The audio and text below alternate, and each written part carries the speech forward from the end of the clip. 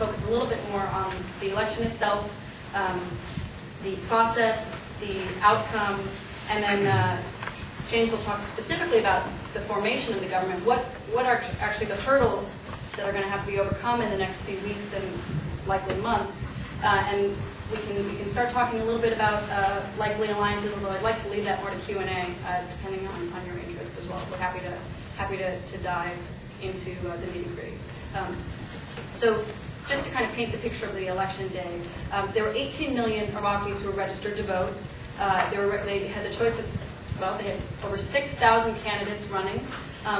The difference between the 2010 parliamentary elections and the 2005 parliamentary elections, there were two main differences. First, that voters were voting under an open list system. So you could actually select the specific candidate you wanted from the party, rather than in 2005 where you only selected the party and let party elites in Baghdad choose the candidates. So this tremendously increased the transparency of the process, with the hope that it will actually also increase the accountability of the politicians who are elected. The second important change since 2005 has to do with how seats are allocated.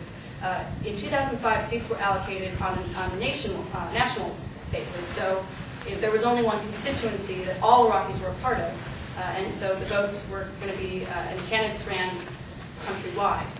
What's happened in the elections on Sunday is that candidates were actually running in a specific province, and voters voted in a specific province.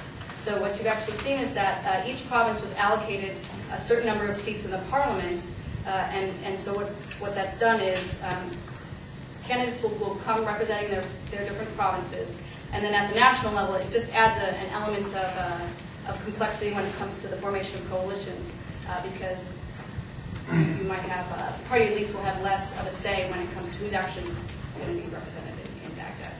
So those are two important changes.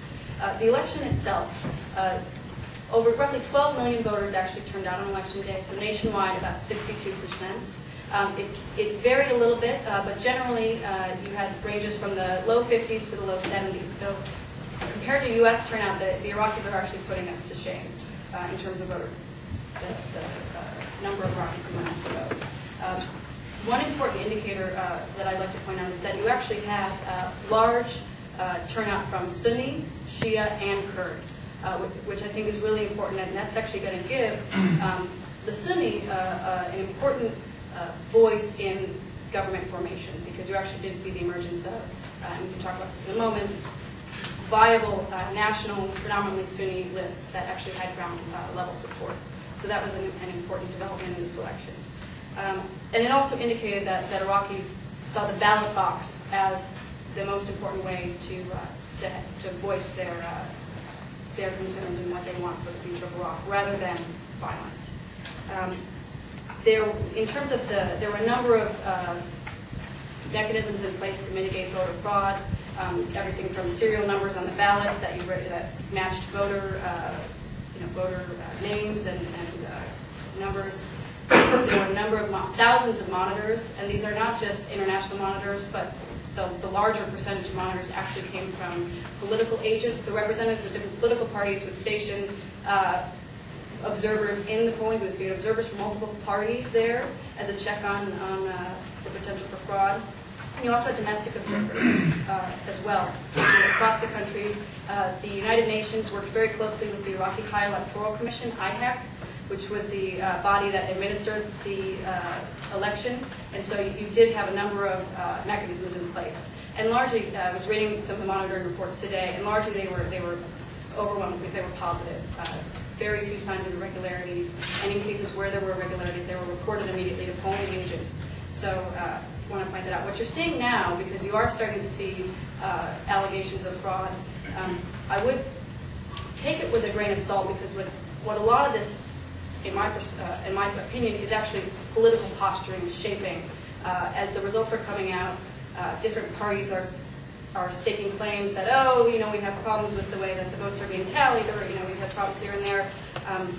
There have been complaints filed, and they will be adjudicated, but it's also common for politicians to want to kind of shape things before the results are announced in case things do or don't go their way. So I just want to point that In terms of the security situation on election day, international media outlets tended to focus on the levels of violence, but if you put it in perspective, actually, the levels of violence were quite low historically. There were some sporadic attacks, but these attacks were primarily meant for their psychological impact rather than their physical or lethal impact. Some of the attacks, particularly in Baghdad, you saw were actually water bottles filled with some explosives that when they detonated made a very loud noise, but actually didn't cause much physical damage. In total, you had 39 casualties, 38 of which were actually in Baghdad, and I know that Iraqi and U.S. forces are looking into those. But overall, the attacks, sporadic violence, did not deter Iraqis who still came out in large numbers, even in Baghdad. So I think that was important. We were on pins and needles today because the preliminary results were supposed to come out, and I know that I woke up at about 5 in the morning checking to see what, if anything, had come out. What interestingly happened today is, shortly after I checked, Chalabi and Bahalo Erdoji, who's a member of the Sadrist bloc, both of whom are with running on a coalition called the Iraqi National Alliance, which is a predominantly Shia coalition whose main members are ISKI, the Islamic Supreme Council of Iraq, which you might be familiar with the name, Ammar al-Hakim, or his late father, Abdulaziz, was the ISKI, and then the Sadrist bloc, which is led by Muqtada al-Sadr.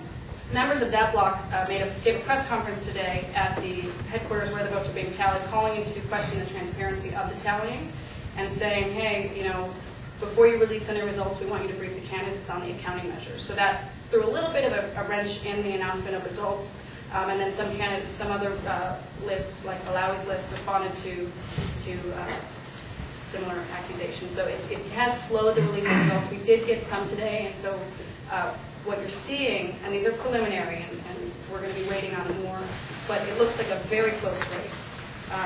In the lead is, right now, is Prime Minister Maliki's coalition, which is the State of Law Coalition.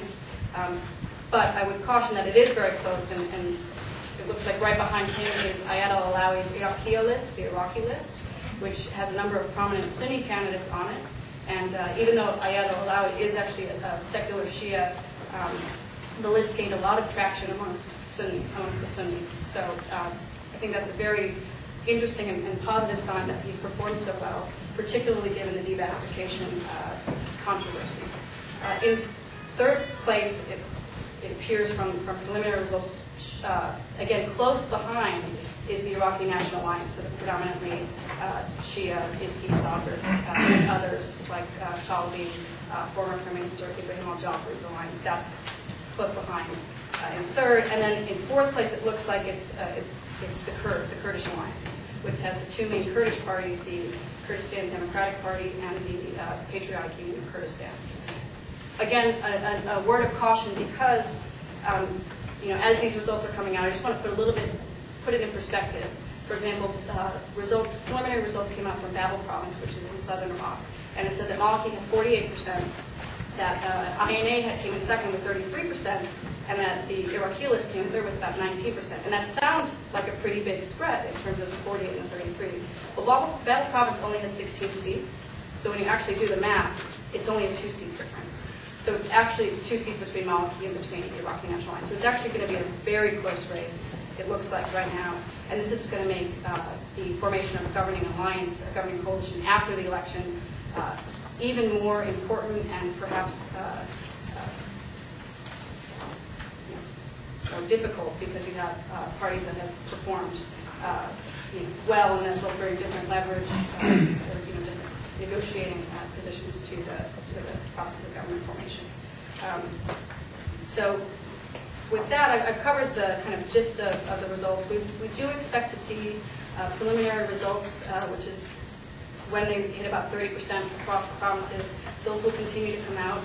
But what's going to happen is you wait until there are uncertified official results when all the votes have been tallied. And then what IHAC will do is adjudicate all of the claims, all the